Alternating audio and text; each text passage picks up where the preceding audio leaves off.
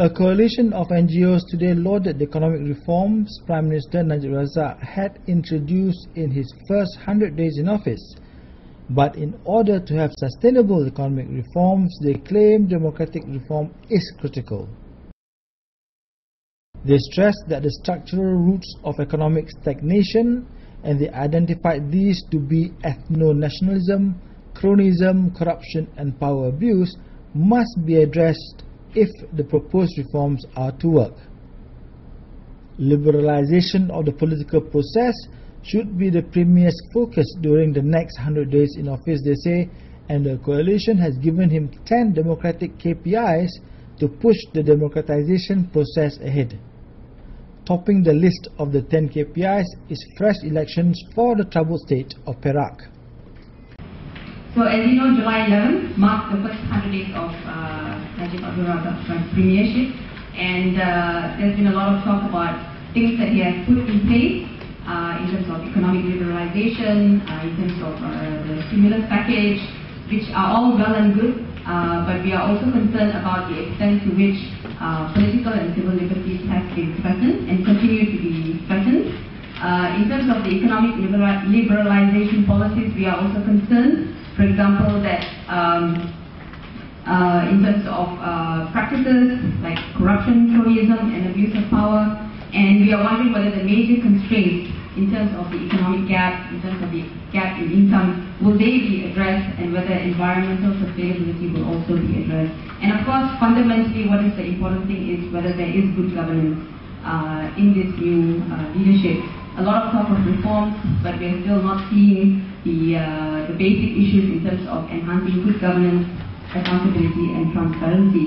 And if the government insists on maintaining the current authoritarian system of political control, then the ideas for reforms or economic liberalization will be seen for what it is, and that is a thinly veiled attempt aimed at ensuring that the present political elite stays in power. So we have collected ideas, suggestions, feedback on what we think the next 100 days should be for the Prime Minister and his cabinet.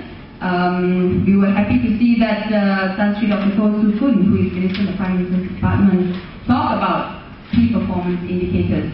But let's share what our vision, what our ideas are for the key performance indicators for the Prime Minister. And this is coming from civil society groups. So we would like to suggest 10 key performance indicators for the next 100 days. And what I'll do, I'll just mention what the major areas are, what the current situation is, and what we would like to suggest as the KPI. The first, and undeniably, is the Perak constitutional crisis. Now the assessment is that, well, it is a deepening crisis which threatens the future of our democratic way of life. And what do we want? Our key KPI for Najib is fresh elections for the state of Perak. It's as simple as that. Obviously, but not so much to them. The second is in terms of electoral system and process. Our assessment is that it is neither free nor fair. There are some explanations we have put into our statement as well.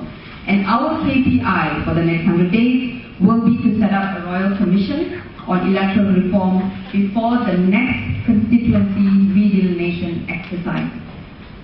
The third is the judiciary and the prosecution. Our assessment, it is still controlled by the executive. And our KPI is the setting up of a parliamentary select committee on judiciary and prosecution reform. The fourth is the parliament, where we feel that it is still very much controlled by the executive.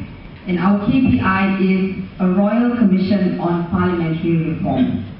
The fifth is Internal Security Act, where we feel that if the present government continues in terrorizing innocent Malaysians who differ in their political opinions from the DM. The KPI, repeal the ISA with no new laws allowing detention without trial. The sixth is the police.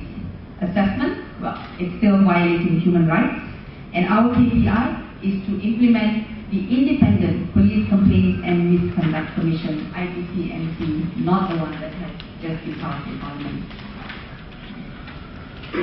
The seventh is the media. We feel that, well, the media is still suffering from political control despite the results of the elections last year. There was call for opening up the media spaces. And our KPI is a Parliamentary Select Committee on Media Law Reform. The eighth is freedom of information, where it is still denied to the citizens. And our KPI is FOI laws both at the federal as well as the state level. 9 is in the area of local government, where local representatives are still unelected. Local councils and local governments are unaccountable, largely unresponsive and very incompetent. And our KPI is to have local government elections nationwide.